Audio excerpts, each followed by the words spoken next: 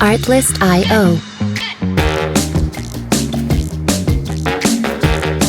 It has been ages. At least it's felt like it's been ages since I've done one of these. Obviously, the international break has been happening as I'm in between the Porto game and this Man City game, which is huge, absolutely massive game. The biggest game of the season. It doesn't get any bigger than this. This is like, I heard this said a lot, but it's like a turning point. It's like can we see what Arsenal have in them? Can we see how we can perform against the best team in the world away? And I just want to. Do we have that determination and that grit to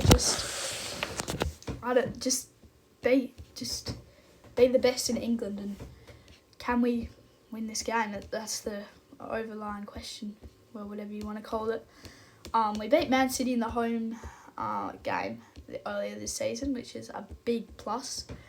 Gives us the confidence. We know we can do it against the big teams. And everyone says in that game, well, they didn't have any KDB. They didn't have KDB, they didn't have Rodri. But if you think about Arsenal's point of view, we didn't have Martinelli and Saka, and they're our two biggest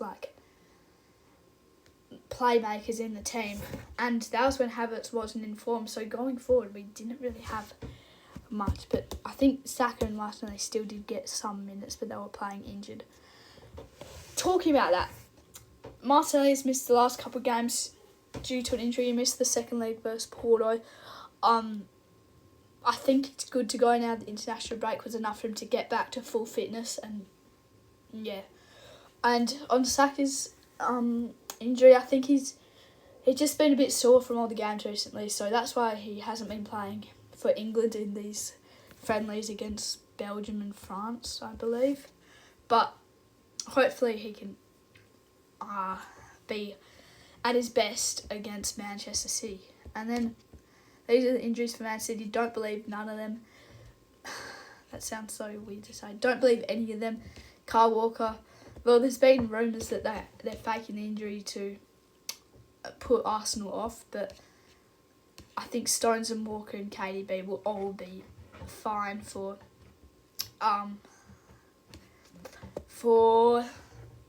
this game coming up. I just think that and I'm not sure about Edison. I haven't really heard much about that one, but this is just a massive game. I don't really know what to say.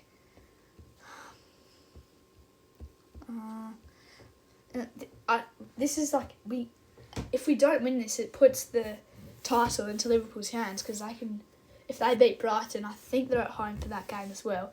They just can knock off Brighton, who aren't playing as good as they were last season, and they've been a bit of a tricky run of form. But I think Liverpool, they also played before this game, so if Liverpool are to lose against Brighton, this relieves massive amounts of pressure on Arsenal and Man City, and it also makes us think if we win this, we go 3 points above Liverpool, 4 points above Man City in the title race with 9 games to go, which I don't think that'll happen, but that would be big motivation to go out there and play well. I think if Liverpool do win, that just puts pressure on us. That just kind of puts it into their hands if the City-Arsenal game's a draw, or even if City win, Liverpool still probably be in their hands. So this was 3 hours ago, so maybe this is actually something real for KDB. That would be a massive loss for Man City if they are to lose KDB, because he is their playmaker. He is their everything. Let's just read through it. Kevin De Bruyne could be fit for Man City against Arsenal. Belgian midfielder has carried a groin strain. Recently missed the FA Cup win over Newcastle and Belgium internationals. So he'll be fine. They're just doing this to throw off Arsenal. But here is my starting lineup. We've got Havertz up top, Saka and Martinelli. Hopefully they can both be fit for this game. Otherwise, I do want someone who can attack at the defence, so I'd probably put Jesus on the left or a Reece Nelson for him to cut back inside, because I don't know how well Trossard's going to do with Kyle Walker. I think he's done his hamstring, but again, like, who knows when they'll be back by and how severe it is. So I just think that if Martinelli isn't available, I think Reece Nelson is the next best option, or Gabriel Jesus, someone a bit pacier who can take on Kyle Walker and like just try and work their way through the Man City defence. Saka on the right, he'll be fine for this game. Odegaard, he's been really good in the past couple of weeks. He's really developed as a captain, and he's really shown what he can do on the soccer field. Rice, I want him stepping up a bit more, working into the attacking gameplay, and yeah, he can also be there. Rice can just be a game changer on his day, and this is what we've brought Rice in for. We've brought Rice in for these games against the big teams, which could decide the title, and we need Rice to step up. Jorginho, I don't want him to play the full 90. Probably be ideal to bring on someone like maybe a Trossard in midfield, drop Rice back a little bit. Who else do we have as a midfield option? I had a complete mind blank. If you have Smith Rowe, Fabio Vieira's back, he could go as a...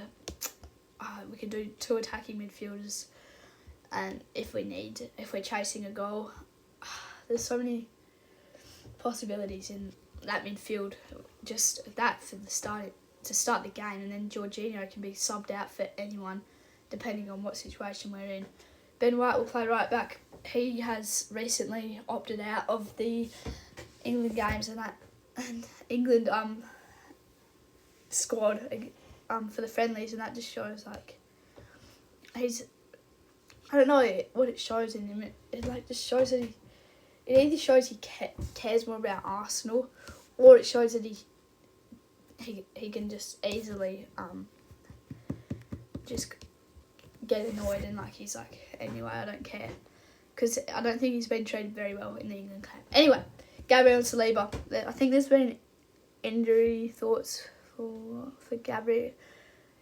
There's been one of them has been under thoughts of injury. I'm not sure who, but also Saliba is just, his international coach has said things about him about why he's not starting and playing, and I think that his coach is just trying to push him to the next level and feed Saliba motivation to be better, which is good. Kivior at left back, he's a well balanced left back. He can go up the ground, he can stay back, and we can create a back three while we're in attack. But I think Zinchenko could be an option. He did play in Ukraine's win to qualify for the Euros, which is big. David Raya in goals. So yeah, Kivior or Zinchenko doesn't really matter. I don't think it's going to make a massive impact. I feel like we might be a bit more vulnerable down the right side or the left side. Well, City's right side, our left side, if Zinchenko was there, because he's not as safe defensively. And Kivior's been on a good run of games. He's got lots of confidence. So what else do I need to talk about? Oh yeah, for the City game, we just need to watch out for their attacking ball movement, and I think Rice and Jorginho need to drop right back in here while we're defending, because they're so dangerous with Phil Foden and like KDB. If he's going to play, he probably will. Rodri can play balls through. Doku, there's so many players for City. Grealish, if he gets some time, but I don't think he will. I think he's injured. Not 100% on that though. And of course Haaland is like their main man. I felt last year they were trying to force like long balls to Haaland and try and make it a bit more chaotic. But this year I think it'll be a bit more tidy, because they know we're the best defensive team in the comp. But City are going to throw sticks and stones at us, and how we're going to handle that is kind of what Arteta needs to think, and how can we be threatening on the attack. We saw against, I think it was Liverpool, we kept Saka and Martinelli really wide, and we created this box in midfield, and this worked out really well. I think we did have Zinchenko on the left, and he was pressing up this left-hand side, and Ben White was kind of inverting. I'm not sure whether that was... I think he was inverting or they were going into like a back three. Oh, well, that's not good.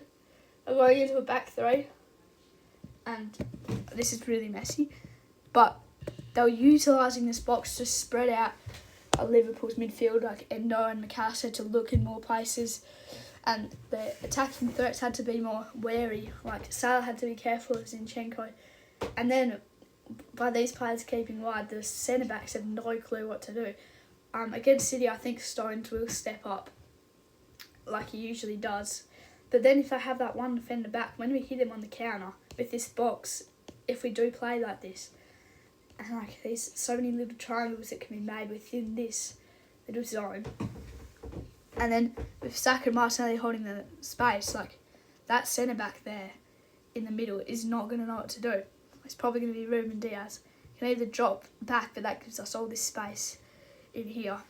And if he just stays still, we can, Odegaard can advance up and he can play balls out wide for Saka and Martinelli to try and get a cross in. And I just think we need to outthink City, and we need to show some passion in this game and show some grit and determination, because we are going to concede. Let's face it. City is just going to score at home. That's what it is. But we need to, when we do concede, which I highly think we're going to concede, we need to be able to not give up and not be a quitter, no matter how much you want to fall flat on your... Okay, that's cringe. Anyway, but the point is, we got to stay composed in the moment. We got to be smart, and we can't let our emotions get the better of us. We can't let the crowd get the better of us. We just need to play our game. And this is the games we've been wanting to play in for ages. We've wanted to be in these games that decide titles, and they decide so many things, and there's such big games, and we haven't been in these kind of games recently, apart from last year where we got blown away against City, both games. But like, you just have to stay focused for the full 90 and just stay determined, because this is going to be the toughest game of the season so far. Be harder than Liverpool away in December. It's going to be really tough. My score prediction is a 2-2 draw from this would put Liverpool in the driving seat for the title, but I don't see us getting a win. But I can also see us winning. Like, I won't be surprised what result it is. Okay, never mind. But yeah, we prevented Haaland really well in the game at home. Can we do that today? I mean, not today. When this game is, that'll be really important for us. Injured Arsenal star hoping to return coming in. I hope Timber returns, especially for those games in the Champions League coming up, where we can rotate players out and Timber can come in and maybe show his worth, and maybe he can get a start. I think these players like Stone and Walker will all be fine in KDB.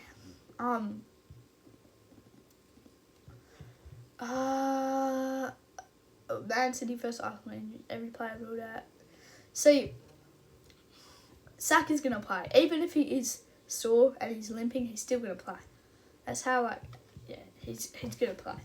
And he just needs a bit of a break to rest his legs and stuff.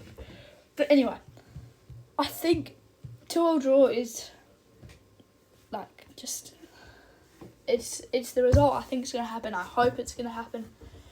And yeah, if we win this game, I'll be the happiest man alive. But we just can't get too, if we do win this game or we do lose this game, we can't get too hung up on the result. We've got to focus on the next games to come. But that's all I have to say, actually. So thank you for listening to the Gunner Report. Come on, you Gunners. Bye-bye.